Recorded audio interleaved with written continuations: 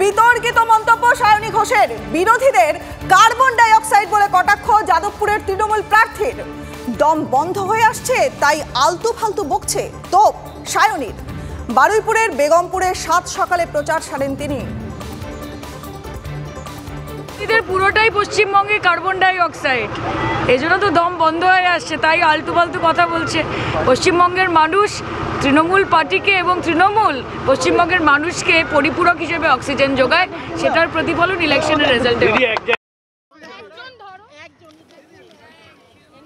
এদিকে দলে থেকে বেআইনি করলে 4 তারিখের পর সুদে আসলে বুঝে নেবেন।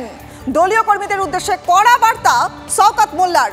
ভাঙড়ে পাকাপুল বাজারে সভা করছিলেন শওকত। সেখানেই দলের কর্মীদের রীতিমতো হুঁশিয়ারি দিতে শোনা যায় ক্যানিং পূর্বের বিধায়ককে।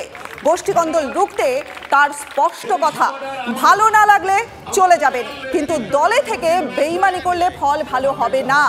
দুর্নীতির বিরুদ্ধে জিরো টলারেন্স। দুর্নীতির বিরুদ্ধে কড়া সুর এবার শওকতের গলায়। সকলকে ভালোবেসে কাছে নিতে হবে।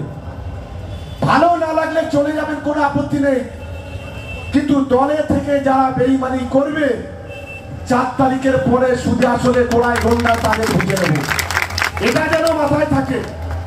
আজ প্রকাশ্যের সভা থেকে আমি বলে যাচ্ছি, আর দুর্নীতির পোস্টে কোনো টলারেট করা হবে না। কোন নেতা যদি ভিখারির মতো কারোর কাছে পয়সা নেয়, তাদের বিরুদ্ধে সর্বপ্রথম কড়া ব্যবস্থা দল নেবে, তৃণমূল কংগ্রেস নেবে। এটা পরিষ্কার, এটা আপনাদের কাছে বলতে চাই। আর এবার দলীয় কোন্দলে মাথায় হাত কীর্তি আজাদের। তৃণমূল প্রার্থীর সামনেই কোন্দল এবং ধাক্কাধাক্কি। মন্দিরে আশ্রয় নিলেন তৃণমূল প্রার্থী।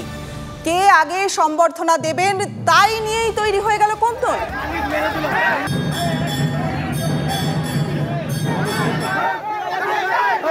আপনারা দেখতে পাচ্ছেন সেই ছবি, একেবারে দলের মধ্যে কোন্দল তৈরি হয়েছে, পরস্পরের মধ্যে তীব্র মারামারির ছবি আমরা দেখতে পাচ্ছি।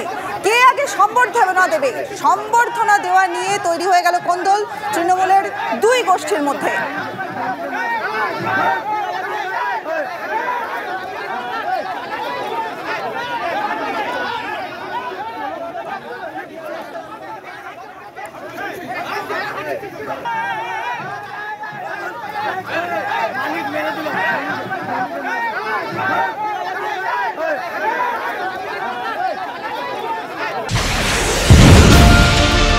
রাজনৈতিক তরজায় টকশোয়ের হট্টগোলে হারিয়ে যায় কিছু গুরুত্বপূর্ণ খবর।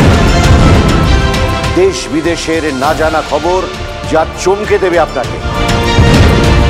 সেই খবরই নিয়ে আসি আমি আপনার সামনে। আমি অনির্বাণ চৌধুরী। দেখুন স্ট্রেট কাট, সোম থেকে শনি রাত 10টায় TV9 বাংলায়।